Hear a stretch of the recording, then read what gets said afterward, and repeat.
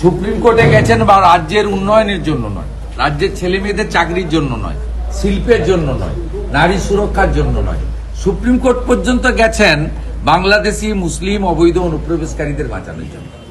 Supplementary তালিকা বেরোচ্ছে সোমবার, অনেকটা 10 লক্ষের কাছে মানুষের নাম বাদ যেতে পারে। কতর মধ্যে 27,30,000-এর মতো না, নিষ্পত্তি আপনার হয়েছে। ভুল তথ্য হয়েছে, আমি বলবো না। তাহলে যাই হোক 10 লক্ষের উপরে বাদ যেতে পারে। যা আছে যা যারা করেছেন, সুপ্রিম কোর্টে চিফ জাস্টিস বলে দিয়েছে, আমি সব শুনবো, জুডিশিয়ারির উপরে কোশ্চেন করলে আমি শুনবো না। এর প্রভাব কি পড়তে পারে নির্বাচনে? এত লক্ষ মানুষের নাম বাদ যাচ্ছে। তারা কারা? তারা দেখাতে পারেনি ডকুমেন্ট, তার জন্য ট্রাইব্যুনাল বানিয়ে দিয়েছে, আপিল করবেন। আপনি যদি মনে করেন ইনজাস্টিস হয়েছে, আপনি আপিলে যাবেন। তার জন্য সুপ্রিম কোর্টের নির্দেশে হাইকোর্টরা রিটায়ার্ড জাজদের দিয়ে, এক্স জাজেস দিয়ে, রেসপেক্টেড এক্স জাজেসদের দিয়ে সুন্দর ট্রাইব্যুনাল বানিয়ে দিয়েছে এবং ডিস্ট্রিবিউশন অফ দি এরিয়া ভাগ করে দিয়েছে। সংকেত খুব খারাপ, বুঝতে পারছেন? পায়ে কাঁটা ফুটলে যেমন লাফায় লাফায়, এ তো কিছু হয়নি, এখনো তো অনেক বাকি, সবে তো 21 তারিখ না। नमस्कार सर। नमस्कार। সাধারণ মানুষ क्या नाम है? प्रमोद सिंह। भाई को वोट मिलेगा तो आप जीत के रहिए। সাধারণ যে ওদের আচরণটা এটা কি মানে কেন এটা ভয় পাচ্ছে, ভয় পেয়েছে মমতা, জেনে গেছে জনতা। আজকের অভিষেক বন্দ্যোপাধ্যায় তিনি বলছেন একটাও নাম বাদ দিতে দেব না। আমি সাপ্লিমেন্টারি ওনার লিস্ট কথার উত্তর দেবো না, আচ্ছা, আমি কথার উত্তর দেবো না। সোমবার ওনাদের পার্টি স্ট্যান্ড উনি বলছেন, বিষয়টা তো মমতা ব্যানার্জিকে কেন্দ্র করে। উনি তো এসআইআর চলাকালীনও মুখ্যমন্ত্রীর প্যাড ব্যবহার করেছেন, এখন এমসিসি আছে, মুখ্যমন্ত্রীর প্যাড ব্যবহার করেছেন। সুপ্রিম কোর্টে গেছেন বা রাজ্যের উন্নয়নের জন্য নয়, রাজ্যের ছেলে মেয়েদের চাকরির জন্য নয়, শিল্পের জন্য নয়, নারী সুরক্ষার জন্য নয়, সুপ্রিম কোর্ট পর্যন্ত গেছেন বাংলাদেশি মুসলিম অবৈধ অনুপ্রবেশকারীদের বাঁচানোর জন্য। সাপ্লিমেন্টারি তালিকা বেরোচ্ছে সোমবার, অনেকটা 10 লক্ষের কাছে মানুষের নাম বাদ যেতে পারে। কতর মধ্যে 27,30,000-এর মতো না, নিষ্পত্তি আপনার হয়েছে। ভুল তথ্য হয়েছে, আমি বলবো না। তাহলে যাই হোক 10 লক্ষের উপরে বাদ যেতে পারে। যা আছে যা যারা করেছেন, সুপ্রিম কোর্টে চিফ জাস্টিস বলে দিয়েছে, আমি সব শুনবো, জুডিশিয়ারির উপরে কোশ্চেন করলে আমি শুনবো না। এর প্রভাব কি পড়তে পারে নির্বাচনে? এত লক্ষ মানুষের নাম বাদ যাচ্ছে। তারা কারা? তারা দেখাতে পারেনি ডকুমেন্ট, তার জন্য ট্রাইব্যুনাল বানিয়ে দিয়েছে, আপিল করবেন। আপনি যদি মনে করেন ইনজাস্টিস হয়েছে, আপনি আপিলে যাবেন। তার জন্য সুপ্রিম কোর্টের নির্দেশে হাইকোর্টরা রিটায়ার্ড জাজদের দিয়ে, এক্স জাজেস দিয়ে, রেসপেক্টেড এক্স জাজেসদের দিয়ে সুন্দর ট্রাইব্যুনাল বানিয়ে দিয়েছে এবং ডিস্ট্রিবিউশন অফ দি এরিয়া ভাগ করে দিয়েছে। আপনি যদি অ্যাগ্রিভড হন, আপনি ট্রাইব্যুনালে যাবেন। ভারতবর্ষের এত ডেমোক্রেসি আছে, এত সুন্দর আইন আছে, কিন্তু কান খুলে শুনে রাখুন, মৃত, ডবল ট্রিপল এন্ট্রি, ফেক এবং অভারতীয় বাংলাদেশি মুসলিম তার নাম থাকবে না। আর যেখানে খুশি যেতে পারেন, নাম থাকবে না। পরিষ্কার ভাবে কানে শুনে রাখুন। আপনি যদি ভারতীয় হন, আপনার যদি পেপারসের প্রবলেম থাকে, আপনি যদি মনে করেন যে জুডিশিয়াল অফিসাররাও আপনার সঙ্গে ইনজাস্টিস করে দিয়েছে, আপনি ট্রাইব্যুনালে আপিল করবেন। Tribunal will take final call, no problem. Supplementary তালিকার জন্য কি আইন শৃঙ্খলা খারাপ হতে পারে? মোহনপুরে ঘন ঘন কর্মী সভা হচ্ছে, গতকাল একটা হয়েছে, আগামীকাল আরেকটা হবে, মানে সেখানে স্বয়ং দলনেত্রী থাকছেন। ওদের কাজ ওরা করবে।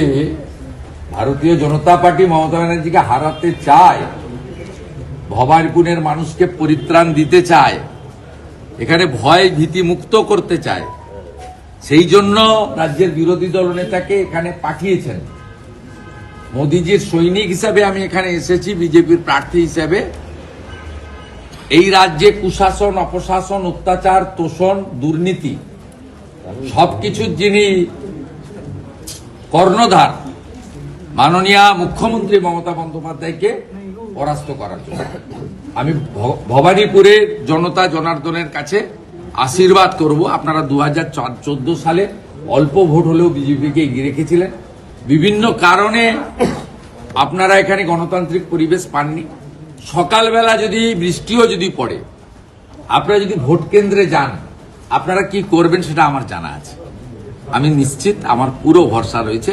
प्रमोद सिंह जी, जय श्री राम सर। একটা ছোট প্রশ্ন। आप जो बोला है वही भवानीपुर का जनता करेगा, वही होगा। ये पूरा विश्वास है। सर हमको चिंता है। আচ্ছা রহিয়ে, জয় জয় শ্রীরাম। এই যে বিনার বাবা জনসংঘ থেকে ভারতীয় জনতা পার্টির বলিষ্ঠ লোক, আমি জয় হোক রে। সাগরদীর 5 হয়ে প্রণাম করলাম। এই রকম 8 জন বিশিষ্ট পুরনো ভারতীয় জনতা পার্টির কার্যকর্তা এবং যারা রাষ্ট্রবাদী সংগঠনের সঙ্গে যুক্ত, তাদের কাছে আজকে আমাকে পৌঁছাতে হবে। আপনারা আমাকে দয়া করে ছেড়ে দেন। আপনারা কতটা খুশি সুশীলদাকে পেয়ে? পুরো খুশি, খুশি কোনো শেষ নেই, খুশির কোনো শেষ নেই। রাজনৈতিক যে আক্রমণ হলো আজকে হবে 4 তারিখে পুরো পূর্ণ হবে। রেড রোডে প্রার্থনার আয়োজক মুসলিম নেতাদের উচিত মমতা ব্যানার্জির বিরুদ্ধে ব্যবস্থা নেওয়া, খিলাফত কমিটির উচিত ব্যবস্থা নেওয়া। পরবর্তীকালে এটা একটা অন রেকর্ড খুব ব্যাড ইনস্ট্যান্ট হিসেবে থেকে গেল।